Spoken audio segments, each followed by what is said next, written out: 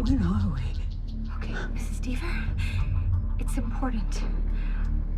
I think that something terrible is going to happen. It's happening.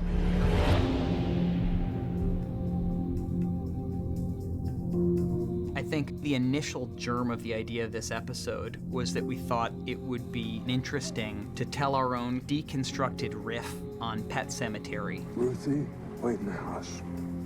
In telling a story of a woman who's confused between the past and the present, who perceives this dog from her past that has died as a ghost returning to haunt her.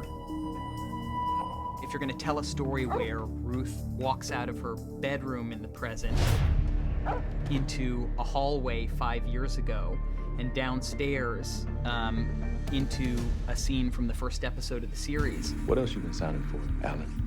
Does her wardrobe change? Does her hair? Does her makeup? Is there a sort of continuity of the way that she presents herself to the viewer? Another challenge of the filmmaking was how do you navigate the presence of Matthew Deaver, played by Adam Rothenberg, Go to bed, Ruth.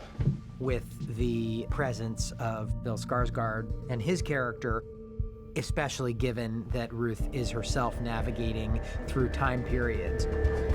You're still young. You'll remarry. And action. The question of how we navigate from past to present and back again was a really challenging one. Lady on the internet says they were made by Vikings. The Louis chessmen. We arrived at this idea that Ruth might use in these chess pieces to help her distinguish past from present. Grandma, what's the deal with all the missing pieces? I can get lost in the past. If I find a chess piece in the icebox, well, I know it's now, not then. It's an episode that has a really strong emotional through line. That's really a testament to Sissy.